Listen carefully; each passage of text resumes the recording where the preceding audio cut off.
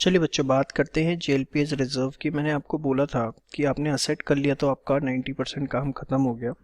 अभी आप देखेंगे भी सेम क्वेश्चन है। Suppose year 1 2 3 and same premium we have, that is the rupees 10,000 10,000 10,000, ठीक है। And same surrender value 8,000 15,000 and policy value we have 1 lakh, ठीक है। सेम क्वेश्चन मैं यहाँ पर ले रहा हूँ।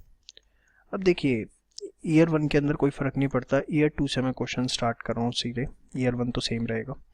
हमने ईयर 2 में क्या किया, JLP premium debit to bank we paid rupees 10,000, हाँ या नो। अब ध्यान से समझना जरा। इसके बाद पी एंड एल, पहले तो एज एन असेट ही है सब कुछ। To JLP premium we did how much, 2000 2000, और उसके बाद बाकी जो 8000 है वो हमने कहाँ दिखा दिया, एज एन असेट, है ना। शो अब देखिए, ये 3 एंट्रीज तो कॉमन है जो आपने सीखी थी। अब यहाँ पे डिफरेंस क्या है, अगर आप उस चीज़ को समझने की कोशिश करें तो आपको सब कुछ अभी अपने आप समझ में आ जाएगा। आप पी एंड एल के अंदर जेएलपी प्रीमियम कितना दिखा रहे हैं, 2,000 रुपये, यस और नो, यस और नो। जिसकी वजह से आपका जो नेट प्रॉफिट है वो 8,000 रुपये फालतू आया था। अरे यार, अभी सिखाया तो था यहाँ पर, ये देखो यहाँ पर आप देखो, हमारा जो नेट प्रॉफिट था यहाँ 90 था, यहाँ कितना आया था 98,000। 8,000 रुपये जो हमारा नेट प्रॉफिट था वो ज़्यादा आया था, यस और नो, जो कि अल्टीमेटली डिस्ट्रीब्यूट हो गया था अमंग द पार्टनर्स। यही हुआ था कि उसका बेनिफिट पार्टनर्स को जा चुका। अब यहाँ पर अगर आप देखेंगे तो क्या होगा, प्लीज़, नेट प्रॉफिट ज़्यादा है 8,000 रुपये, पी एंड एल एप्रोप्रिएशन के अंदर हम इसको ट्रांसफ़र करते हैं by the name of P and L, ठीक है। आपने यहाँ पे प्रॉफिट ट्रांसफ़र किया जो कि कंपैरेटिवली 8,000 रुपये ज़्यादा है। अब ये हम पार्टनर्स को नहीं देते, रादर देन हम ये इकट्ठा कर देते हैं जेएलपी रिजर्व में 8,000 रुपये। तो हुआ क्या, आपके प्रॉफिट 8,000 रुपये ज़्यादा तो आए थे, बट हमने उसका एक रिजर्व बना दिया, जेएलपी रिजर्व। हमने उसका बेनिफिट पार्टनर्स को नहीं दिया। मतलब हुआ ये, अगर मैं तीनों केसेस सामने रखूं एज एन एक्सपेंस में, JLP premium P and L में कितने का था, 10,000 का। इनकम कितने की थी, पूरा ही समझ लो 1 लाख रुपए। तो नेट प्रॉफिट कितने आए, 90,000 रुपये, यस और नो। ये था जब आपने उसे एक्सपेंस ट्रीट किया। जब आपने उसी चीज को असेट ट्रीट किया, P and L income 1 lakh रुपए, जेएलपी प्रीमियम आया कितना, 2,000, नेट प्रॉफिट आपके कितने आए, 98,000, हाँ या नो। ये जब आपने उसे क्या ट्रीट किया, असेट, ठीक है।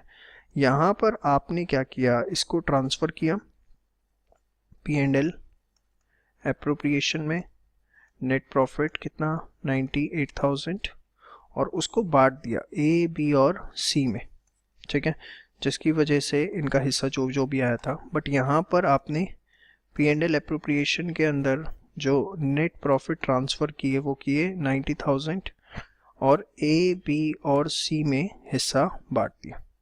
समझ में आया।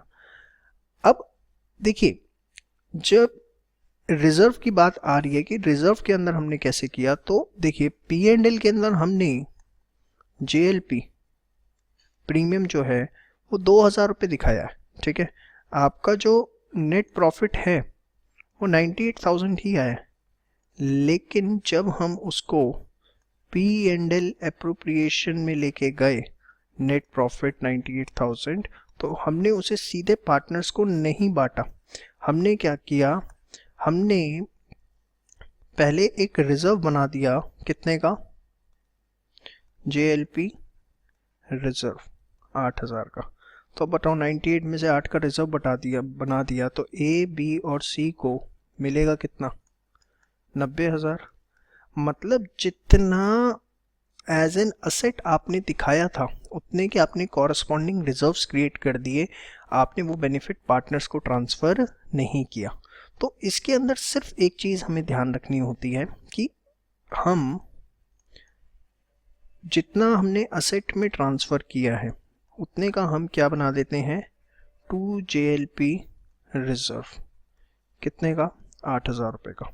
इससे होगा क्या, to the extent value of JLP appearing in balance sheet, जितनी वैल्यू बैलेंस शीट के अंदर दिख रही है किसकी, JLP की, which is surrender value, benefits of same are not distributed to partners, rather accumulated in JLP reserve. उसे हमने कहाँ इकट्ठा कर दिया, JLP रिजर्व में, उसे हमने पार्टनर्स में डिस्ट्रीब्यूट नहीं किया। तो ये फर्म के ऊपर होता है, वो उसे एक्सपेंस दिखाना चाहे, असेट या रिजर्व दिखाना चाहे, ठीक है, ये समझ में आया। अब इससे फ़र्क क्या पड़ेगा वो समझते हैं। देखिए इससे फ़र्क ये पड़ेगा कि आपने P&L के अंदर अपना JLP प्रीमियम तो दिखाया कितना, 2,000 रुपये। बैलेंस शीट के अंदर आपने JLP दिखाई 8,000 और कॉरस्पॉन्डिंगली JLP रिजर्व आ गया कितने का, 8,000 रुपये का। मतलब इतने के बेनिफिट्स जो हैं वो ट्रांसफ़र हो गए हैं कहाँ पर, JLP रिजर्व के अंदर। अभी पार्टनर्स में वो डिस्ट्रीब्यूट नहीं हुए। Clear, sure. तो अब इसकी अकाउंटिंग पे क्या फ़र्क पड़ेगा, देखिए सपोज इसी में मैं कहता हूँ, in the beginning of 3rd year I decided to retire, ए ने कहा मैं रिटायर हूँगा, ठीक है। तो बताओ क्या मिलेगी फर्म को, surrender value, bank to JLP कितना, 8,000, 8,000, ये सुनो। और अभी जो बेनिफिट्स हैं, ठीक है, 8,000 रुपये तो मिल गए, बट बेनिफिट्स पार्टनर को नहीं मिले, बेनिफिट JLP रिजर्व में इकट्ठे हैं। तो ये जो JLP रिजर्व हमने बना रखा है ये हम पार्टनर्स में बांट देंगे, to A, to B, to C, कितना, 8,000 रुपये हम ये उनके बीच में बांट देंगे इन देयर ओल्ड रेशियो। समझ में आया। एज एन असेट था तो कुछ करने की जरूरत नहीं थी, बेनिफिट ऑलरेडी ट्रांसफर हो चुका था। लेकिन एज एन रिजर्व में बेनिफिट पार्टनर्स को ट्रांसफर नहीं हुआ, वो रिजर्व में इकट्ठा है। तो इन द इवेंट हम क्या करेंगे, वो रिजर्व ही पार्टनर्स में बांट देंगे ताकि उनको बेनिफिट मिल जाए। समझ में आया। सपोज एक एग्जांपल देता हूँ मैं, एग्जाम में जो जिस तरीके का क्वेश्चन आ सकता है। सपोज हमारे पास JLP है यहाँ पे 10,000 की, and we have a JLP reserve of ₹10,000, ठीक है।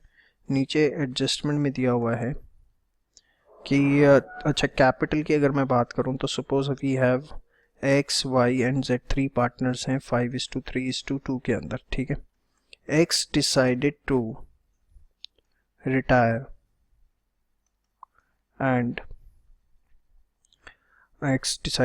Retire and policy value being ₹1 lakh, policy value 1 lakh है। इस तरीके से क्वेश्चन है।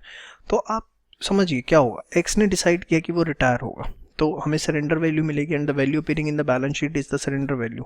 सो very first entry will be what, bank account debit to JLP, how much, 10K, and we will distribute this 10,000 among the partners. क्यों, क्योंकि वो 10,000 का बेनिफिट पार्टनर्स को नहीं गया हुआ, वो कहाँ इकट्ठा है, वो इकट्ठा है JLP रिजर्व के अंदर 10,000। तो यहाँ आ जाएगा 5, 3 और 2, ठीक है। एंड अगर इसी क्वेश्चन के अंदर ये होता कि X डाइज, क्या होता, suppose in the last question ये होता x डाइस, तो बताओ अब मज़ा आएगा। x डाइस, सर डेथ हो गई, मज़ा आएगा? ऐसी बात नहीं है, क्वेश्चन करने में मज़ा आएगा। तो पूरी पॉलिसी वैल्यू मिलेगी 1,00,000 रुपये। तो bank account debit to JLP कितना बेटा? 1,00,000 रुपये, 1,00,000 रुपये। अब पहले हम JLP रिजर्व में से XYZ को बांट देंगे कितना? 10,000, 5, 3, 2, क्योंकि 10,000 के बेनिफिट्स तो JLP रिजर्व में पड़े हुए हैं, यस और नो। और बाकी जो 90,000 रुपये हैं वो दिया जाएगा कहाँ से? JLP से, to X to Y to Z। कितना बेनिफिट? अब क्योंकि 10,000 तो हमने रिजर्व से दे ही दिया, ठीक है, तो 45, 27 एंड 80। तो होपफुली आपको पूरा JLP का टॉपिक क्लियर है, as an asset, as an expense, asset and reserve. ठीक है जी, नोट्स बना लीजिए बहुत अच्छे से, कोई इसमें कोताही नहीं होनी चाहिए। तो इसकी एक समरी भी अगर मैं तैयार कर दूं कि क्या करना है। JLP रिजर्व जो है ओल्ड पार्टनर्स में जाएंगे इन ओल्ड रेशियो, ठीक है, और उसके बाद if any other amount to be provided like in case of death, death के केस में जैसे हम प्रोवाइड करते हैं फुल अमाउंट मिलता है ना, if any other amount to be provided then it will be provided from JLP account. ठीक है, तो ये था हमारा पूरा JLP का treatment. Thank you so much.